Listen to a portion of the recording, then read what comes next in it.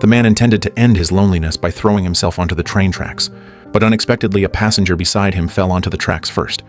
Faced with this sudden situation, the surrounding crowd showed no intention of helping, so the kind-hearted Ovi decisively jumped off the platform. But his aging body appeared so powerless in the face of life and death.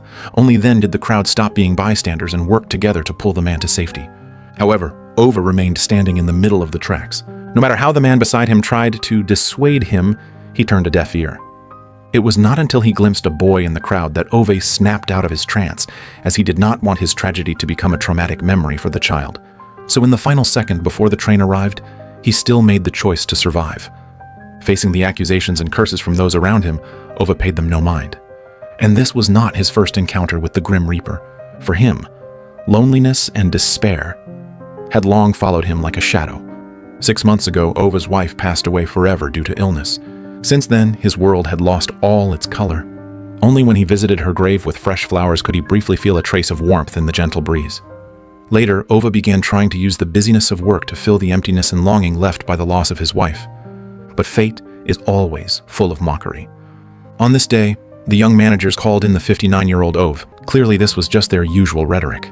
The truth was that the company ruthlessly fired Ove, who had toiled for 43 years on the grounds of his advanced age.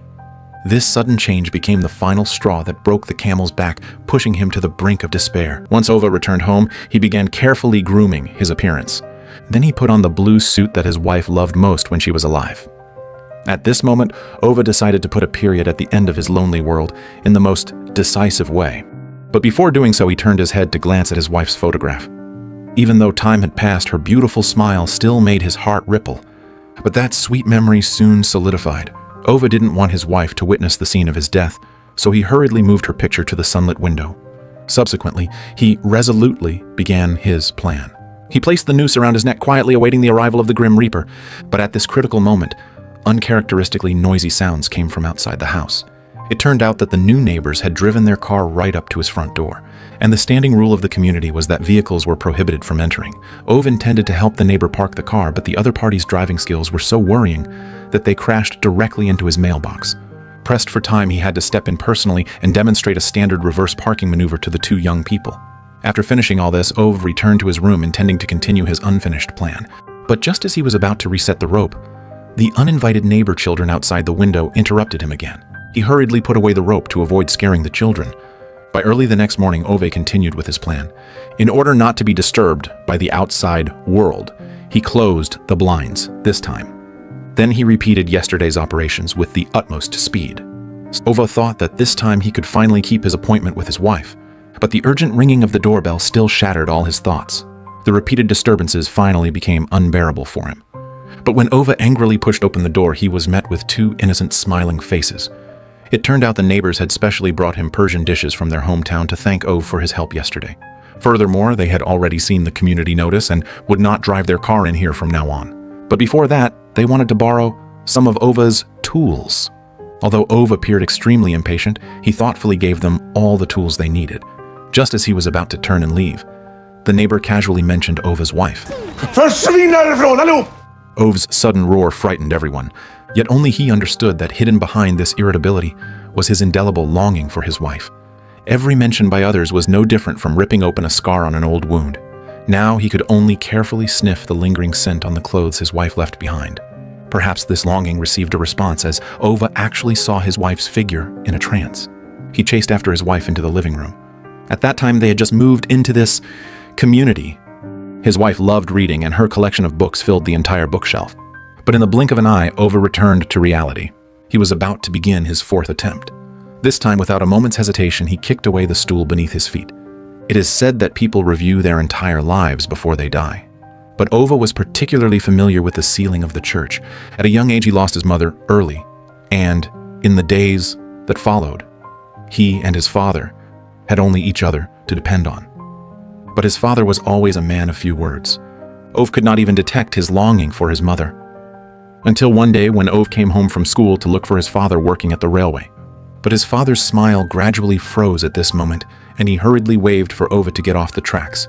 It was just too far away, and Ove could not hear clearly at all. Fortunately, Ove brushed past the Grim Reaper at the very last moment. His father rushed over and embraced his son in his arms. That was the first time Ove embraced his father, and from that warmth he felt fatherly love for the first time. Just like that, Ove held on until his father got off work. Even at night, he refused to let go. Since then, the father and son completely opened their hearts to each other. Ove also realized at this time his father's deep love for cars. In his spare time, his father would always take Ove to tinker with that Saab car, and he passed on all his knowledge about cars to his son. Just like that, under his father's influence, Ove also began to believe that Saab was the best car in the world. The breeze in the countryside is always intoxicating. But the whispers of the night quietly stirred the longing buried deep within the hearts of both father and son. And Ove gradually realized that, although his father was not good with words on the surface beneath that tough exterior, his love for him and his mother was never absent. Whenever the holidays arrived, Ove would come to the train carriage to help his father clean up. And on this day, he inadvertently found a wallet left behind by a passenger. Another coworker saw this and snatched it away immediately. But Ove did not hesitate much and snatched the wallet back again. Ove thought he would be subjected to a vicious beating, but his father's sudden appearance stopped the coworker's atrocity, and he signaled for Ove to handle the wallet himself. Unexpectedly, after getting off work, Ove turned the wallet over to the station's lost and found. His father highly praised his kindness. And at this moment, he also told Ove that this kind of moral character often requires the backing of some strength. Under his father's care and companionship, Ove gradually grew up. In order not to let down his father's hardships along the way, he never dared to slack off in his studies. On the day of his graduation, he found his father with his report card in hand, and after taking the report card, joy quickly rippled across his father's cheeks. Ove's excellent grades brought great comfort to his father, and he showed off his son to his co-workers with immense pride. Ove also made up his mind at this moment to use his own hands to lead his father toward a bright future. But the next second, fate once again revealed its cruel side. Since then, Ove became a helpless orphan with no one to rely on. But the heavy pressure of reality never changed his honest character. After his father's funeral ended, he immediately found the station director and returned the wages his father had been advanced. Pengarna. Rätt ska vara rätt. Just like that, Ove took over his father's job. But here he once again encountered the co-worker who had snatched his wallet when he was a child. The crowd said nothing more and simply shoved Ove aside. Then that co-worker forcibly took the watch his father had left for Ove and did not even forget to taunt him before leaving. Facing such an ugly countenance from his co-worker, Ove did not back down in the slightest. This was exactly the strength behind honesty that his father had taught him. But Ove's life was destined not to be a smooth path. Even that white cottage filled with memories of his parents was soon targeted by developers. Claiming the house was too dilapidated, the other party issued a mandatory demolition notice to Ove. But Ove was unwilling to lose this warm harbor, so he took out all his remaining savings to carry out a comprehensive renovation of the house. When the developers arrived again, what greeted their eyes was a brand new house. They naturally lost their grounds for mandatory demolition. However, just at this moment, Ove inexplicably felt a burst of sharp pain. It turned out that the rope had snapped, causing him to fall heavily to the ground. This attempt to end his own life also ended in failure. Subsequently, he angrily sought out the shop owner. Facing the owner's confusion, Ove had no choice but to leave resentfully. The strangulation marks on his neck seemed to be silently interpreting the weight of life. Afterwards, Ove once again came to his wife's grave. Although he was always cold as ice in front of outsiders here, he had endless things to say. He recounted his failed experience to his wife and did not even forget to complain about that family of new neighbors. Then he spread a newspaper on the ground, attempting to seek a trace of his wife's silhouette in the afternoon sun. Even though his life was approaching its end, Ove still held fast to his stubborn principles. Every morning he would patrol within the community. Ove could not tolerate the act of littering cigarette butts, nor did he wish to see bicycles parked haphazardly. The community garages had to be locked one by one. Even the garbage had to be sorted and stored according to regulations. Outside vehicles could not drive into the community at will. Even pets had to abide by these rules. Even though Ove was long past being the community manager, he still continued this responsible yet paranoid attitude. Once anyone was caught by Ove violating the rules, they would be met with a scolding right to their face. Therefore, the people in the community did not really care for this strange old man. On this day, he found the lady next door, asking for the return of the water hose he had lent out. He also took this opportunity to repair their long broken radiator for them, and the male owner of this family rune was actually Ove's best brother when they were young. At that time, the community was unmanaged and always in a state of chaos. Whenever this happened, Rune would step forward. Ove would naturally follow close behind. Over time, the two became the best of friends and both were elected as chairman of the committee. And those so-called community regulations were exactly what the two of them had established together. However, Ova discovered by chance that the car Rune drove was actually a Volvo. This had always been in a competitive relationship with the Saab cars he cherished. In the days that followed, the two began an open and secret struggle, everywhere showing off that their own car was the best in the world. As the relationship between the two became increasingly acrimonious, Rune actually kicked Ove directly out of the committee. But as time went by, this feud surprisingly lasted for decades. Later, Ove wanted to repair their relationship and visited Rune with a bottle of fine wine. But he was surprised to discover that Rune had actually purchased a foreign luxury car, so seeing this, Ove turned around and left. There was no longer any possibility of reconciliation between the two. On the surface, their competition was about cars, but in truth, their conflict came from differences in personality. Ove was stubborn and rigid, while Rune liked to constantly try fresh new things. But after many years when the two met again, Rune was already paralyzed by illness. Ove did not hide anything either and told him about his suicide plan. But strangely, as Ove intended to leave, Rune actually grabbed the hose with his hand, attempting to stop Ove's next move. But Ove had long since made his decision, so how could he give up easily? This time he came inside the garage. After stroking his beloved Saab for the last time, Ove fitted the hose onto the car's exhaust pipe, and the other end of the hose was secured inside the car. Ove resolutely started the engine. But as the smoke filled the air, he remembered that fire. The neighbor's house nearby actually burst into raging flames in the middle of the night, and Ove soon heard the cries for help coming from inside the house. Without a moment of hesitation, he rushed into the fire and saved the neighbor's family 1 second before the house collapsed. But before he could rest for a moment, he turned his head to find that his own home had also caught fire. He hurriedly rushed forward but was stopped by the firefighters. And just at this time, the developers also rushed over. Clearly, this was not an accidental incident, and that once warm house had turned into dilapidated rubble. But miraculously, his father's watch was completely undamaged. Thereafter, the lonely and helpless Ove could only spend the long nights inside the train carriages. But life always offers a ray of light amidst despair. When Ove woke up again, what caught his eye was a pair of red high heels. Clearly, the train had already started moving at this point. Just then, the conductor came to check the tickets. And where would the penniless Ove have a ticket? But this girl, who he had never met before, actually paid the fare for him directly. Ove was somewhat flattered, as this was a rare trace of warmth he had felt in many years. During their conversation, Ove learned that the girl's name was Sonia, and she was undergoing teacher training. She told Ove about her favorite books. But Ove was a bit restless, not knowing how to strike up a conversation with her. So much so that when he hurriedly got off the train, he actually forgot his backpack. Fortunately, Sonia kindly reminded him, and only then did he realize his negligence. They just gazed at each other like that through the window. The girl's shy face had already explained everything. But the train eventually had to move forward, and their first meeting came to a close with the sound of the train whistle. Only the warm breeze blowing gently on the way back made Ove understand what it meant to fall in love at first sight. From then on, he would take that train every day. But this went on for several weeks, and he never caught a glimpse of the girl. However, just as Ove was about to give up, Sonia's clear eyes broke into his world again, like scattered light illuminating his gloomy world. In order to leave a good impression on Sonia, Ove lied, claiming that he was in the military. The corners of their mouths turned up slightly, carrying a hint of tenderness and a tacit understanding. When the night grew thick, Ove prepared fresh flowers and waited for Sonia's arrival. The warm candlelight carried a bit of Sonia's softness. Both were a bit reserved on their first date, but eventually it was Ove who broke the silence. Yet he started talking about the mechanics of cars. Sonia listened with gusto, but she soon discovered that Ove had only served himself some free porridge. Ove knew deep down that his destitution made him unworthy of Sonia, but it was precisely his sincerity that moved the girl's heart. Since then, they quickly fell in love. With Sonia's encouragement, Ove successfully qualified as an engineer and finally had the confidence to propose to the girl of his dreams. Happiness is always fleeting. Even though Ove was hiding in the garage, he was still woken up by the knocking on the door outside. It turned out to be that new neighbor Parvane coming to ask for help, because her husband had fallen off a ladder. But she did not know how to drive. Parvane had to request that Ove drive them to the hospital.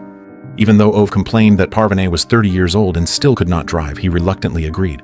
But after everything was sorted out, Parvane hoped Ove would help look after the two children. He appeared extremely unwilling on the surface, but after Parvane left, he actually began telling fairy tales to the children, vividly. The children soon realized that this stubborn old man was not as frightening as he seemed. Even under Ove's supervision, the two children cleaned the kitchen at home until it was spotless. And it was precisely this interaction with the children that caused Ove's heart to waver slightly. They hugged each other when parting, but Ove still hurriedly bade them farewell. Subsequently, he impatiently rushed to the station. He did not want all this to interrupt his plan. Ove chose to throw himself onto the train tracks for his 6th attempt to end his life. But just as he mustered the courage intending to end it all, a passenger beside him suddenly fainted at this moment. Clearly, the people around were long accustomed to all this, but the kind-hearted Ove still resolutely jumped off the platform. But after the man was successfully rescued, Ove showed no intention of coming up.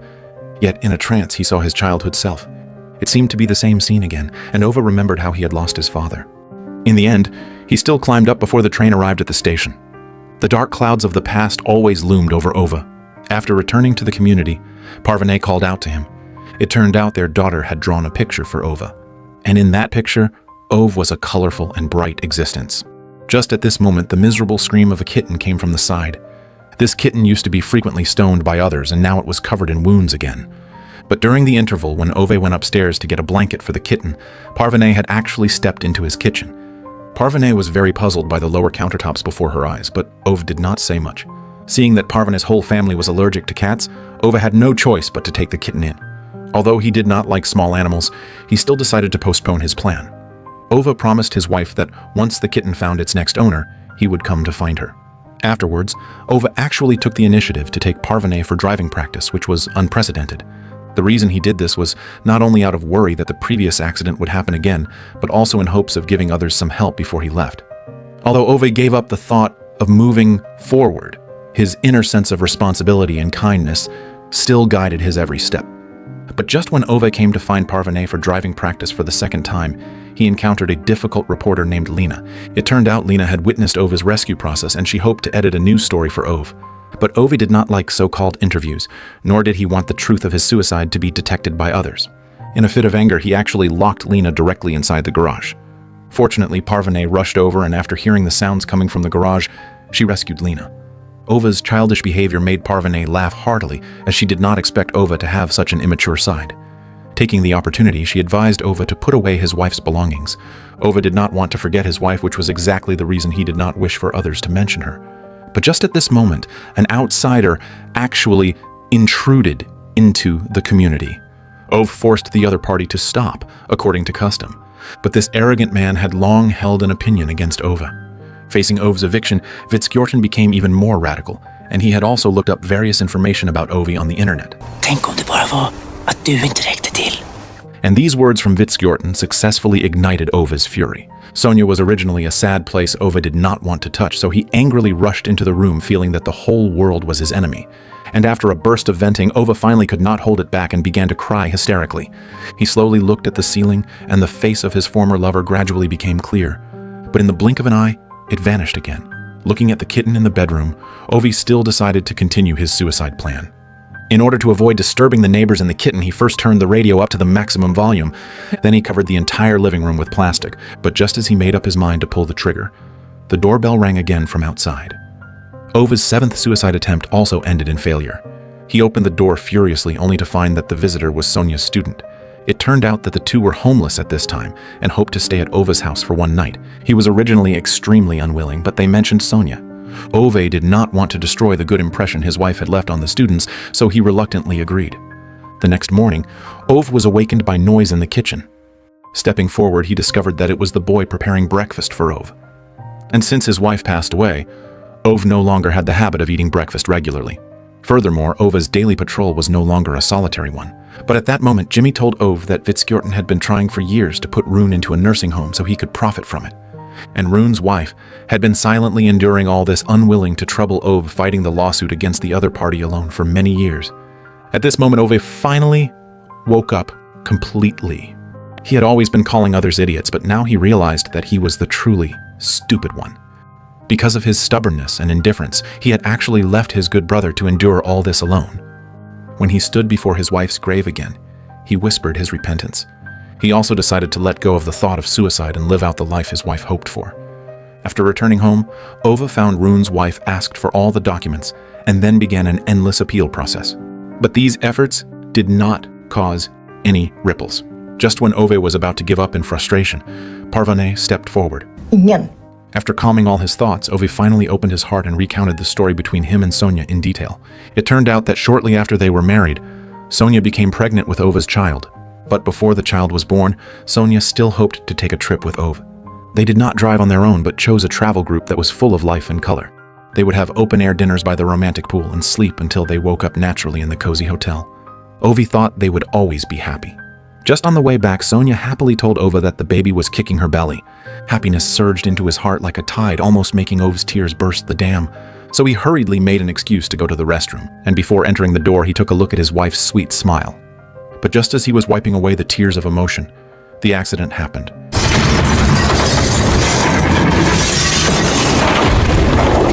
And Ova, who was in the restroom, only suffered superficial injuries. But Sonia was not so lucky. This accident caused Ova to lose their child, and the doctor also told him that Sonia was very likely to become a vegetable. But fortunately, a miracle still happened. Sonia woke up from her coma, but completely lost her mobility, and could only spend her days in a wheelchair from then on.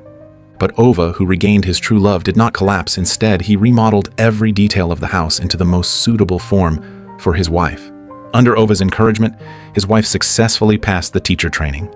But no school was willing to accept a disabled teacher. So Ova reported to the relevant departments hoping to get some help. But in the end, it all fell on deaf ears. Just when Ova was disheartened, one sentence from Sonia gave him immense courage. Antingen dör vi, eller så lever vi. Facing the many hardships of life, we often just lack that inch of hysterical courage. At this moment, Ova also knew more clearly that he must help his wife fulfill her dream of being a teacher. So he came to the school in the rainy night and built a handicap ramp with his own hands. This action earned the recognition of everyone. Sonia was also successfully hired by the school. Even though Sonia could not have her own children, the path of education allowed her love to continue in another way. It is just that illness still took away that warmth. Fortunately, Ova was not alone at this time. When Vitskjorten visited again, Lena had been waiting for a long time, and she had collected all the evidence of his embezzlement in recent years. So under everyone's gaze, Vitskjorten had to leave here. After many years, Ova finally reconciled with Rune. The two looked at each other and smiled, as if all the good things were emerging one by one. Later, Pavana's child was born smoothly. Ova found the crib that was originally prepared for his own child. But time always passes in a hurry. The winter of this year was particularly cold, but today, Ova surprisingly did not go out on his patrol. Parvane vaguely seemed to sense something. But when they rushed into the room, they found that Ova had already passed away. But fortunately, this time it was not suicide but a natural death in the true sense. Ovi left a suicide note beside him. At the last moment, he did not forget to entrust the community rules and hoped that his funeral would be as simple as his parents'. But to everyone's surprise, on the day of the funeral, the church was full. This outwardly stubborn old man actually wrote a warm chapter with his life. And Ovi firmly believed that his life had long lost its meaning. He was stubborn, lonely, and even wanted to leave this world. But life always gives us warmth in the most unexpected places. When the neighbors' care, the children's laughter, and the company of friends seeped into his world, bit by bit. He discovered that the true weight of life is not loneliness and pain, but those who are willing to walk into your life and willing to understand you. A man named Ove teaches us that the power of love and companionship can break the hardest shell and heal the deepest pain. Even if life is full of regrets, as long as someone is willing to reach out and give understanding and warmth, every soul can feel the beauty and hope of life again. Ove's story makes us understand that the meaning of life is never to endure alone, but to find warmth and strength in mutual care, learn to forgive, and also learn to be loved.